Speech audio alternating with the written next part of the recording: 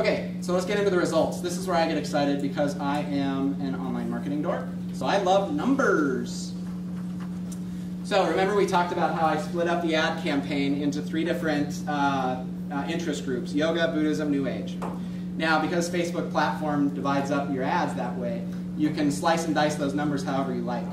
So I already talked a little bit about how I sliced up the numbers on the images, right? So one image, for example, performed best with one group, things like that. So these are the numbers that I saw from my different targeting groups. And you can see as you go across the columns that certain ads perform better than others, right? My cost per click, for example, on the New Age target was much lower than my cost per click on my yoga target. I mean, much lower is relative, right? In this particular campaign, we're talking about 10 cents for I think I ended up spending like 30 bucks on the entire campaign. But if you're running thousands of these ads, tens of thousands of these ads, that can add up very quickly. So you want to find efficiencies, right? I mean, we're all budget strapped.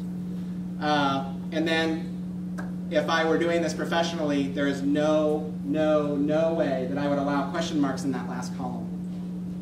Cost per conversion. So cost per impression you get from Facebook, that's CPM. Cost per click you get from Facebook, that's CPC. Cost per lead, which was my conversion point, is not provided by Facebook. You have to find that in a different way.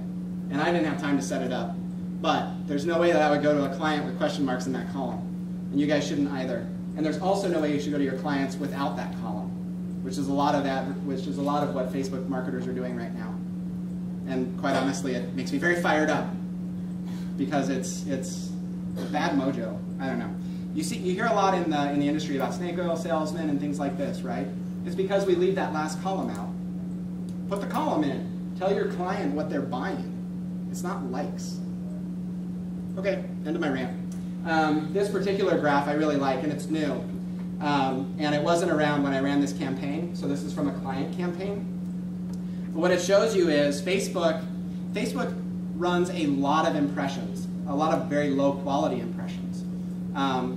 Like you look at this at the, I don't have this here, but click-through rates on Facebook are very, very low compared to something like Google, because Google ads are much more relevant and they're right there in your face, whereas Facebook ads are based around not necessarily search intent, they're kind of a little more passive and they're off to the side. So what Facebook has started to do is to provide you with a look at this graph, which is how many people were in your target group. So going back to the yoga group, for example, that'd be 940 people. And then how many of your audience actually saw the ad at least once? That's your reach. So for any number of reasons, people might not see your ad. Maybe they are not playing Farmville that month. Maybe they haven't logged in. There's all kinds of reasons somebody wouldn't see your ad. So your reach is going to be smaller than your target. And then your social reach is how many people saw your ad that have friends that like your page, going back to the PRSA example. It's a cool graph for me. Okay, so, anybody have questions about reporting before we move on? Yes? You said the CPL is not something that Facebook provides. Right. Where do you get that information?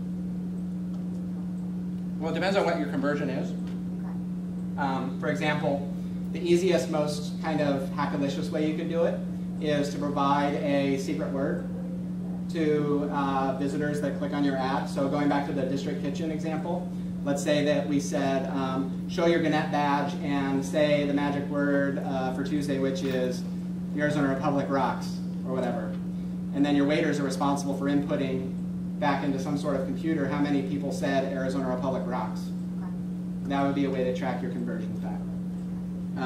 You could do it, with white paper download, same thing, how many people downloaded my white paper?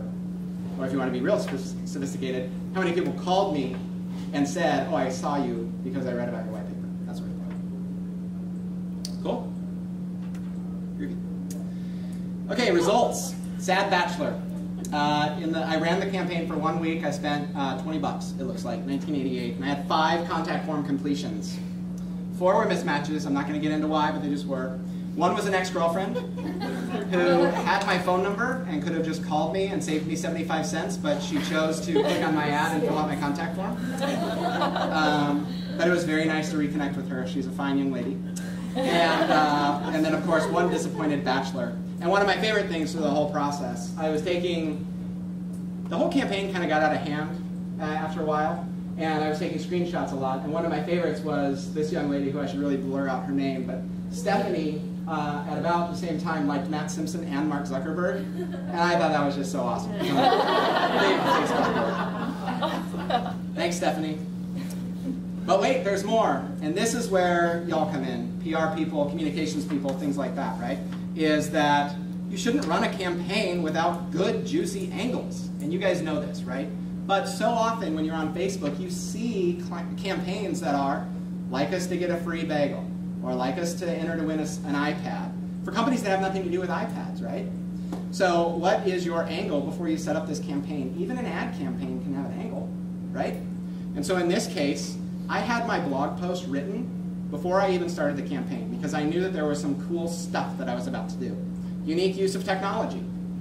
As far as I knew, nobody had ever used Facebook's ad platform for this purpose before. There's a sappy human interest story in there, which quite honestly I didn't realize at first until, until people started hearing about it, and they said, oh, that's so sweet. I was like, oh, I just wanted to see if I could do it. And then controversy. For this one in particular, how skeezy is it to run ads targeting women on Facebook? Some people think very skeezy. Personally, I didn't think it was all that skeezy until people started telling me it was. So anyways, the point is, have an angle. Be creative. Align whatever you're doing with your brand. Have strong brand alignment. Don't give away an iPad. It doesn't have anything to do with your brand. Give away something that's interesting and aligned with what you do. But I mean, I don't really even need this slide for this audience. I know you guys all know this stuff. So anyways, the article, or the campaign after I wrote the blog post kind of became viral a little bit, or a lot. And all of a sudden I was like on all these media platforms. I was on the news, which was really cool for my grandma. And I was in Mashable, which was really cool for me. Facebook contacted me. All kinds of cool stuff. So, but you guys are PR folks, you know this. If you have a cool story, do it, you know, and be ready for the PR angle. Why? Because this magnifies your spend. I spent 20 bucks on my ads. I got way more interest in my story and in my bachelorhood from the coverage that I got here. Are we running out of time? We got 15 minutes. Oh, 15 minutes, cool. Well, I'm pretty close to done, so. So going back to the key takeaways again. And tell me if you feel like you didn't get this out of here, and maybe we can dive in a little bit deeper, and then if not, we'll do questions or something like that. So, target by interests and demographics on Facebook. Everybody know how to do that now? Or at least know that it's possible? Damn, okay, we better go back through the slides. No. Test and optimize to win versus ad auctions. Does everybody feel like they kind of understand how the ad auction works now? Awesome. Create conversion funnels with free apps. Do more than just ask for likes. Everybody knows that. Angle for secondary buzz with creative campaigns. You guys knew that before I walked into the door. And believe that Facebook marketing is fun. It's fun for me.